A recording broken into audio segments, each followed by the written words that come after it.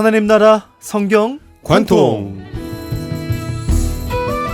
성경을 시원하게 뚫어주는 하나님 나라 성경 관통. 여러분과 함께 이 성경에 대해서 말씀해 주실 목사님이세요. 세상의 빛교회 이종필 목사님 자리해 주셨습니다. 할렐루야. 목사님 안녕하세요. 할렐루야. 감사합니다. 오랜만입니다. 오랜만입니다 목사님. 지금 2주 동안 못 뵙고요, 3주 만에 뵌 것 같아요. 그렇습니다. 서로 또 그 목사님도 목사님대로 또 해외 일정이 있으셨고요. 예. 저는 저대로. 자, 하여튼 더욱 반가운 것 같아요 목사님. 더 반갑습니다. 자, 우리가 구약을 네 부분으로 나눴잖아요. 그렇습니다. 어떻게 나눴죠 목사님? 오경, 역사서, 시가서, 선지서. 맞아요. 우리가 이렇게 네 부분을 우리가 나눈 건 아니지만요. 그렇죠. 맞습니다. 지난주 그러니까 3주 전에 우리가 시가서를 공부했고요. 그렇습니다. 자, 그러면 오경, 역사서, 시가서 함께 했는데 이제는 선지서를 다뤄주셔야죠. 그렇습니다. 우리 피디님, 선지서, 네. 이사야, 예레미야 어떤 느낌이 드시죠? 이사야, 예레미야 이게 집중해서 보면은 그냥 막 되고요. 네. 되게 그냥 이렇게 보면은 어려울 때도 좀 있었고요. 그렇습니다. 용어도 저는 그렇고, 예. 선지서 하면 왠지 혼나는 느낌. 혼나는 느낌. 네, 예전에 어렸을 때 교회 다니면서 예. 선지서를 강해해 주시는 목사님 말씀을 들으면 참 혼나는 느낌이 많이 들었어요. 예. 죄를 신랄하게 지적하는 내용들이 저를 압도하고 또 너무 맞는 말씀이기도 하고 하여튼 느낌은 그렇게 좋지 않았습니다. 저는 하여튼 선지서가 길구나. 그렇죠. 네. 아니 한 이 정도면 5장 정도로 얘기할 것 같은 게 아니라 맞습니다. 그렇게 많고, 아주 중요한 것은 오늘 그럼 이 선지서를 알려주실 텐데 목사님은 이 선지서를 요약할 때 어떻게 정리하십니까? 네, 제 책에서는 선지서를 하나님 나라 백성의 실패와 새 언약의 소망 이렇게 두 부분으로 나눴습니다. 하나님 나라 백성의 실패, 네. 그리고 새 언약의 소망. 예. 자, 한번 설명을 해주시면 좋겠어요, 목사님. 네, 하나님께서 아브라함을 통해서 이스라엘과 언약을 맺으실 때 온 천하 만민이 복을 받게 될 것이다. 이렇게 하나님의 구원 계획을 우리에게 맞습니다. 밝혀주셨거든요. 맞습니다. 그 계획이 이스라엘 민족과의 시내산 언약을 통해서 구체적으로 계시됩니다. 예. 하나님은 이스라엘 백성을 택하셨고 그들에게 주신 율법에 그들이 순종할 때 하나님의 복으로 땅이 회복되는 것, 이 약속을 하신 것이 오경이고 예. 이것이 역사에 적용되어서 다윗 시대에 아주 하나님의 복으로 흥왕했던 장면들, 그러나 또 이스라엘 역사의 끝에 아수르와 바벨론에 의해서 멸망하는 장면, 그렇죠. 이것이 예. 바로 역사서였습니다. 예. 그래서 그들의 역사가 지혜를 남기고요, 구약이 이제 이렇게 원리가 있었는데 적용이 되었고 그래서 이런 지혜가 남았다라고 끝나면 원래 맞는 것 같아요. 그렇죠. 시가서 딱 끝나면 될 것 같은데. 그렇죠. 예. 그런데 이렇게 끝나면 어떤 문제가 생기냐면 우리는 안 되는구나. 우리는 실패했구나. 이러고 끝나거든요. 예. 그래서 이 부분에서 이 부분이 어떻게 신약으로 연결될까 하는 그 내용을 담고 있는 책이 선지서입니다. 어떻게 하면 신약으로 연결될까? 말 그대로 그렇죠. 예수님, 구약이 예수님끼리 연결되는 거겠네요. 그렇습니다. 선지서는 원래 역사책들이 기록됐던 그 시대에 있었던 선지자들의 이야기거든요. 예. 그런데 이 선지서와 역사를 기록하는 것은 차이가 있는데요. 선지자들은 미래를 바라보면서 조금 더 길게 내용을 쓰고 있어요. 그러니까 선지자들은 하나님 나라 백성들이 이렇게 하나님께 불순종하고 실패했다는 내용에서 끝나는 게 아니라 예. 미래에 하나님께서 뭔가 새로운 소망을 우리에게 주실 것이다. 바로 이 부분이 이제 예수님의 그 복음서와 연결되는 부분입니다.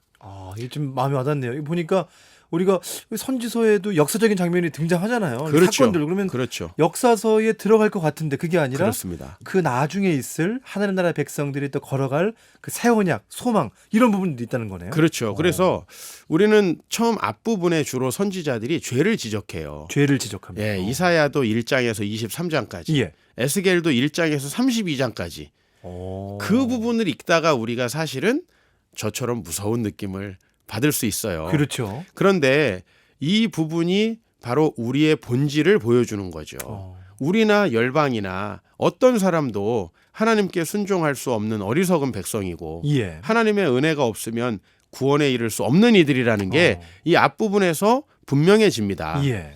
그러나 우리가 여기서 질문이 남죠. 만약에 이스라엘이 실패했다면 천하만민을 구원하시겠다고 하나님께서 아브라함에게 약속하셨던 그 계획은 어떻게 되는 것인가. 그래서 선지자들의 책은 인간을 정죄하는 데서 끝나는 게 아니라 예. 하나님께서 장차 새 언약을 베푸실 것이고 그 새 언약은 메시아를 통해서 이루어지게 될 것이다.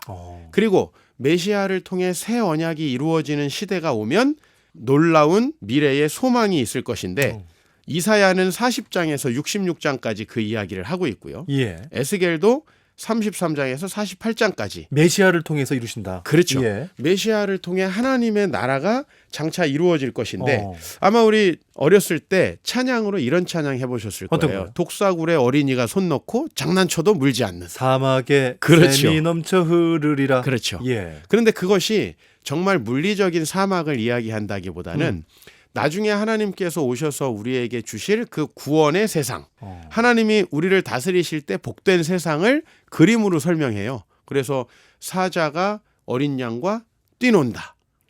그런 것들을 이렇게 우리에게 보여주는 책이 바로 선지서라고 우리가 이야기할 수 있겠습니다. 네. 그러니까 나중에 보면 사복음서에 이사야서 말씀이 참 인용이 많이 돼요. 그렇습니다. 그 복음서 저자들은 다 예수님의 사역을 설명할 때 두 가지 공통점이 있어요. 예. 하나는 이사야 선지자 혹은 선지자들의 책을 인용한다는 것. 다른 하나는 세례 요한의 사역을 이야기한다는 거예요. 이사야 선지자가 얘기했던 광야에 외치는 자의 소리가 바로 세례 요한이라고 이렇게 이야기를 하고 있고 연결이 되는 거죠. 그렇죠. 그 선지서와 예수님을 연결하고 있는데요. 이것이 바로 놀라운 하나님의 섭리고 저는 선지자들의 책이 왜 구약의 가장 끝에 배치되어 있느냐? 왜 신약의 바로 앞에 배치되어 있느냐? 예. 그것은 바로 선지자들의 책은 구약과 관련이 있다기보다는 구약을 마무리하면서 신약과 관련을 갖거든요. 그래서 저는 이 배치 또한 하나님의 놀라운 섭리다. 이렇게 믿고 있습니다. 그러니까 배치도 자연스러운 배치인 거네요. 그렇습니다. 그러면 목사님 이제 평소 이제 선지서에 대해서 또 가르치시고 성경에 대해서 또 많은 분들에게 공유해 주실 때 많이 받는 좀 질문이 있을 것 같아요. 네, 선지서가 어렵다는 말씀. 아까 피디님도 하셨는데요. 예. 그런 얘기를 많이 하세요. 그런데 저는 선지서에 그래서 내용을 어떻게 우리 성도님들이 활용하고 있나 보니까 그냥 선지서에 나오는 소망이 되는 말씀만 요절로 딱 붙들고 나머지는 잘 기억 못하는. 두려워 말라 놀라지 말라. 그렇죠. 내가 너 함께함이니라. 맞습니다. 너의 이사야 마음을 이런 벌써 성경. 우리 PD님도 그렇게 하고 계시잖아요. 그러니까 뭔가 이사야의 중심 말씀이다 이런 식으로. 그렇죠. 그런데 우리가 좀 맥락을 이해하면 좋을 것 같아요. 선지서를 두 가지로 나눠서 그 죄를 지적하는 부분을 넘어가면 안 됩니다. 예. 그런데 우리가 죄를 지적하는 부분에서 그건 하나님이 우리의 무능력함을 이야기하는 것이지 우리가 구원받을 수 없다는 걸 이야기하는 게 아니거든요. 이 부분 중요한 것 같아요. 그렇죠. 오히려 우리 스스로의 무능력을 인정할 때 주님을 우리가 초청하게 되거든요. 우리는 스스로 하나님의 은혜 가운데 살아갈 수 없다. 우리는 이 세상에서 우리의 힘으로 살아갈 수 없다라는 걸 인정할 때 하나님이 우리에게 오시는 거니까요. 예. 오히려 그 죄를 지적하는 부분은 우리의 본질을 다루는 부분이구나. 이렇게 이해를 하시고 그러나 여기서 끝나면 하나님은 기뻐하시지 않을 겁니다. 네. 그럼에도 불구하고 우리는 메시아를 통해서 하나님께서 우리의 구원을 이루실 것이고 사자가 어린 양과 함께 뛰노는 이것을 이렇게 설명하면 어떨까요?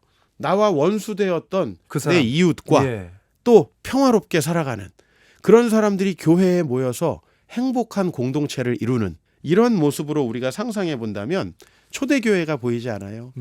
노예와 종들이 부유한 사람과 가난한 사람들이 교회에 모여서 같이 떡을 떼고 자기의 음식을 자기의 재산을 나누는 이런 하나님 나라가 우리의 삶에 이루어질 거라는 것. 우리로서는 불가능하지만 메시아 예수 그리스도를 통해서 이런 소망이 우리에게 찾아올 거라는 것. 이런 것을 우리가 선지서를 통해서 믿으면 좋을 것 같습니다. 네. 오늘 성경을 시원하게 뚫어주는 하나님 나라 성경 관통. 오늘 선지서.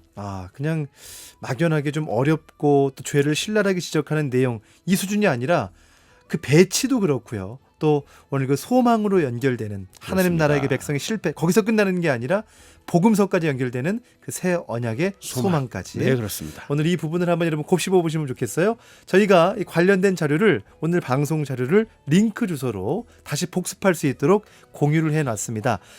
샵 1069번 짧은 글 50원 긴 글 100원의 유료 문자로 여러분께서 성경 관통이라고 문자로 참여해 주시면 여러분에게 링크 주소를 보내주시고 유튜브 링크 주소입니다. 영상 그 음성 소스와 함께 또 자료도 올라가 있으니까요. 네, 도표 보시면서 자료가 있습니다. 도표 자료까지 보시면 참 좋을 것 같아요. 자, 지금까지 세상의 빛 교회 이종필 목사님과 함께했습니다. 오늘 발걸음 고맙습니다. 너무 감사합니다.